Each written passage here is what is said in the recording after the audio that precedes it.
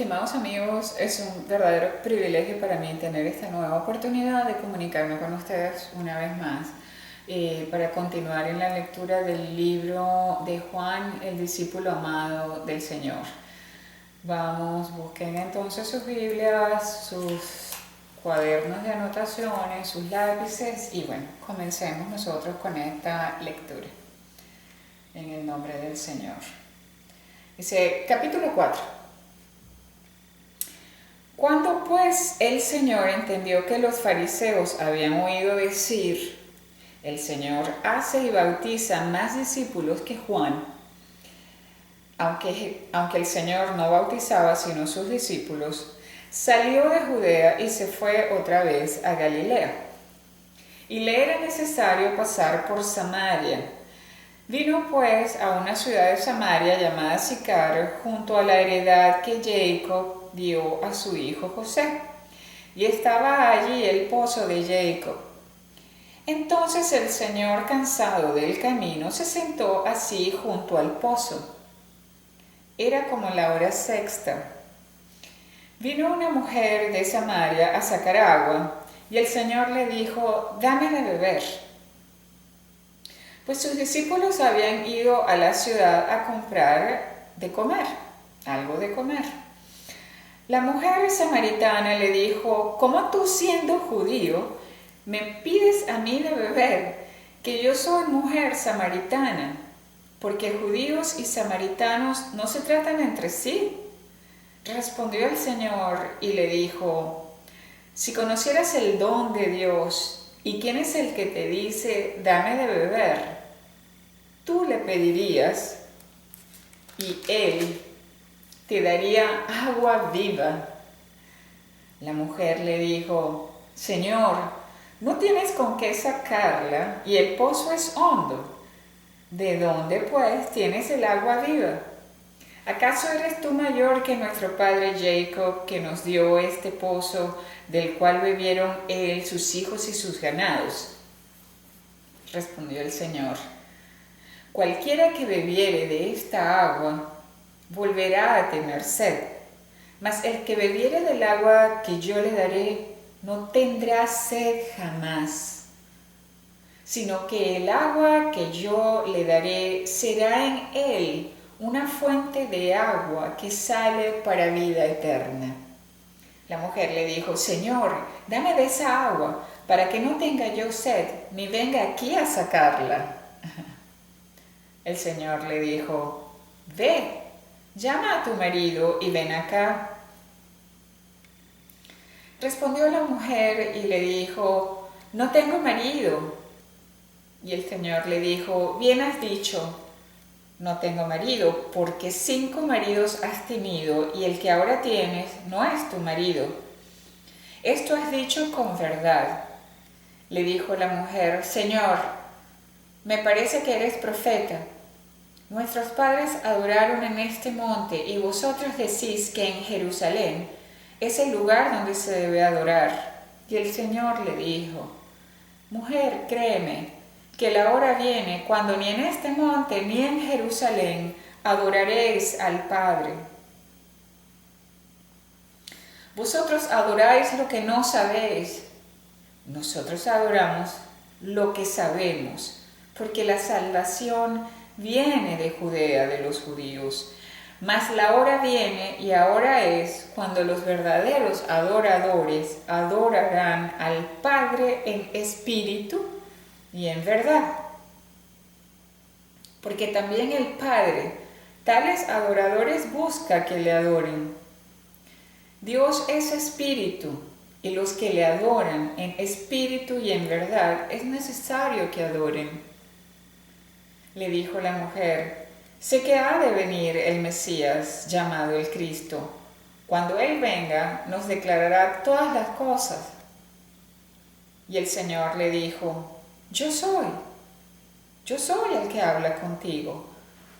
En esto vinieron sus discípulos y se maravillaron de que hablaba con una mujer. Sin embargo, ninguno dijo, ¿qué preguntas o qué hablas con ella? Entonces la mujer dejó su cántaro y fue a la ciudad y dijo a los hombres, venid, ved a un hombre que me ha dicho todo cuanto he hecho. ¿No será este el Cristo? Entonces salieron de la ciudad y vinieron a él. Entre tanto, los discípulos le rogaban, diciendo, Rabí, come.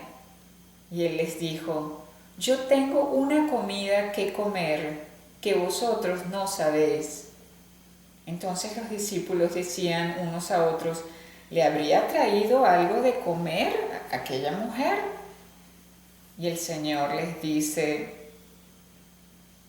mi comida es que haga la voluntad del que me envió y que acabe su obra. ¿No decís vosotros, aún faltan 4 meses para que llegue la siega? He aquí yo os digo, alzad vuestros ojos y mirad los campos, porque ya están blancos para la siega. Y el que siega recibe salario. Y el que siega recibe salario y recoge fruto para vida eterna, para que el que siembra goce juntamente con el que siega. Porque en esto es verdadero el dicho, uno es el que siembra y otro es el que siega. Yo os he enviado a segar lo que vosotros no labrasteis. Otros labraron y vosotros habéis entrado en sus labores. Y muchos de los samaritanos de aquella ciudad creyeron en él por la palabra de la mujer, que daba testimonio diciendo, me dijo todo lo que he hecho. Entonces vinieron los samaritanos a él y le rogaron que se quedase con ellos. Y se quedó allí 2 días, y creyeron muchos más por la palabra de él. Y decían a la mujer, ya no creemos solamente por tu dicho, porque nosotros mismos hemos oído y sabemos que verdaderamente este es el Salvador del mundo, el Cristo. 2 días después salió de allí y fue a Galilea, porque el Señor mismo dio testimonio de que el profeta no tiene honra en su propia tierra. Cuando vino a Galilea, los galileos le recibieron, habiendo visto todas las cosas que había hecho en Jerusalén, en la fiesta, porque también ellos habían ido a la fiesta. Vino pues el Señor otra vez a Caná de Galilea, donde había convertido el agua en vino, y había en Capernaum un oficial del rey, cuyo hijo estaba enfermo. Cuando oyó que el Señor había llegado de Judea a Galilea, vino a él y le rogó que descendiese y sanase a su hijo, que estaba a punto de morir. Entonces el Señor le dijo, si no viereis señales y prodigios, no creeréis. El oficial del rey le dijo, Señor, desciende antes que mi hijo muera. Y el Señor le dijo, ve, tu hijo vive. Y el hombre creyó la palabra que el Señor le dijo y se fue. Cuando ya él descendía, sus siervos salieron a recibirle y le dieron nuevas diciendo, tu hijo vive. Entonces él les preguntó a qué hora había comenzado a estar mejor. Y le dijeron, ayer a las 7 le dejó la fiebre. El padre entonces entendió que aquella era la hora en que el Señor le había dicho, tu hijo vive. Y creyó él con toda su casa. Esta segunda señal hizo el Señor cuando fue de Judea a Galilea. Y así entonces culmina el capítulo 3. Vamos a pasar entonces a lo que son los comentarios. Entonces lo que se nos presenta aquí es que en principio, como venimos del capítulo 3 hacia el 4, se nos dice que el Señor estaba en Jerusalén, en la tierra de Judá, que es el reino del sur, que es el reino donde estaban los sacerdotes y de donde se practicaba la religión judía que había sido instaurada, es decir, la práctica de la Torá y de las pues del Talmud, ¿no? De las tradiciones orales que fueron escritas en el Talmud. Pero entonces el Señor decide ir hacia Galilea, que es una región que está al norte, es decir, en el reino del norte. el reino de Israel. Recuérdense que está dividido Israel, el reino de Israel, el reino de Judá. Entonces el Señor desde Judá decide ir hacia Galilea al norte, pero en este trayecto pues tiene que pasar en su travesía por la región de Samaria que está en el medio. Ahora, Samaria también es parte del reino del norte, que es este reino idólatra, que estableció sus propias leyes y sus propios códigos. Se separó pues de la práctica de la Torá y de la religión judía talmúdica.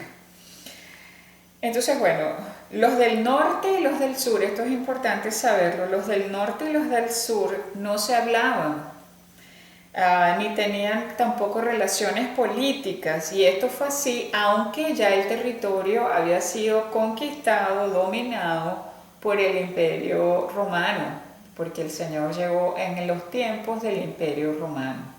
Recordemos también, para la interpretación de este capítulo, que el Señor viene por las ovejas perdidas de la casa de Israel. Judá está dominado por sus sacerdotes e Israel está perdido en sus prácticas de idolatría y sus propias leyes, separadísimos de las leyes de la Torá.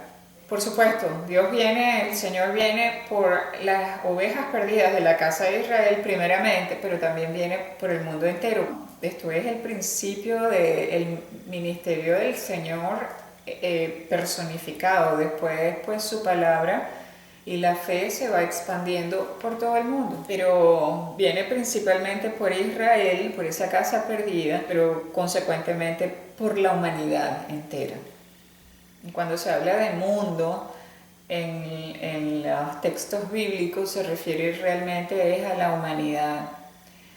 Y en algunas oportunidades también se refiere al pueblo gentil. El pueblo gentil es el mundo sin ley de Moisés, sin la ley mosaica, ni tampoco que no obedece ninguno de los principios y prácticas que Dios estableció para su nación espiritual en todo el sentido de la palabra. Se nos presenta en este capítulo en realidad algo muy interesante, y es la conversación entre esta mujer infiel y el Señor Dios. Esto es una alegoría a la novia, que es Israel, la cual debe regresar con su primer esposo. Y entonces en esa conversación el Señor le dice: tú tienes que regresar a tu esposo. Pero esto es en el sentido de la fe hacia Dios y a la obediencia a sus preceptos. Esta mujer simboliza al Israel desobediente e infiel a Dios, al Dios que los constituyó como nación. Él le dice en otras palabras algo así como que tú has servido a otros dioses como una ramera, y es necesario que regreses a tu primer y único esposo que te salvó y te sacó de Egipto. Regresa a las leyes, regresa a la fe y echa fuera a todos esos ídolos que ustedes aprendieron a amar o aprendieron a idolatrar erróneamente. Entonces, en esta conversación el Señor le hace saber a ella que Dios es el proveedor y el que satisface la sed de la novia, de su pueblo, de Israel. La mujer le dice: tú eres profeta. ¿Es en Jerusalén donde debemos adorar a Dios?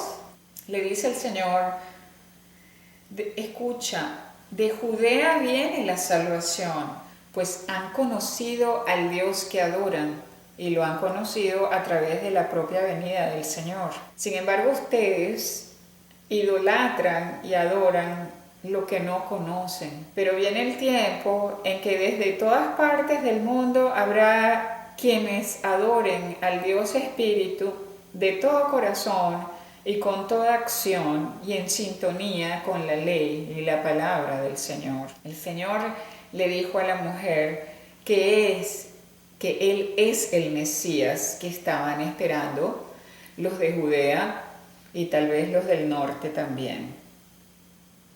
Se nos presenta aquí otra vez una situación, una escena en donde los discípulos, como la gran mayoría de las personas que están alrededor del Señor, que hablan en un lenguaje absolutamente terrenal y que comprenden las cosas y las interpretan a un nivel literal o según las apariencias, es decir, un pueblo que está desprovisto de la presencia del Espíritu Santo. Y también entonces vemos que el Señor siempre les responde con un lenguaje y un contenido de una elevada, absoluta sabiduría y absoluta espiritualidad, absoluto conocimiento de la causa y del efecto, un conocimiento absoluto de las cosas, porque el Señor es Dios en la tierra. Dice el Señor, le responde el Señor a los discípulos que vienen con toda su conversación. Ay, mira, estaba hablando con una mujer que le habrá dicho, le habrá dado pan, le habrá dado comida, no sé cuánto. Ellos hablando cualquier cosa, inventando siempre de su propio corazón. Le dice el Señor a estos discípulos, les dice que su alimento en esta tierra, es decir, lo que lo mantiene a Él vivo y andando y caminando, es el propósito de lograr y completar la voluntad del Espíritu Santo. Porque el momento de hacerlo había llegado. Y sus obreros, que son los discípulos, junto con Él van a ir a recoger el fruto de esas semillas que Dios mismo sembró. Por esta misma razón de que Dios había regado esta semilla en muchas partes, también en el reino del norte, es que muchos en Samaria, dice el capítulo, creyeron en el Señor cuando lo vieron y lo escucharon, porque Dios había sembrado en ellos fe. Dios mismo había sembrado en estos hombres la semilla de la fe, porque era tiempo de ir a recoger a muchos en Israel. Y también vemos pues que se cuenta que un oficial del rey en Canaán, un oficial del imperio romano, que no es israelita tampoco, dice que creyó en cuanto el Señor dijo la palabra, ve, tu hijo vive, porque él creyó, él constató de que su hijo había sido salvo a la misma hora en que el Señor dijo la palabra, ve, tu hijo vive. Entonces vemos que del reino del Israel rebelde, muchos creyeron y con ellos sus casas. Entonces, ciertamente no podemos nosotros seguir con estos odios y estas cosas hacia el pueblo de Israel.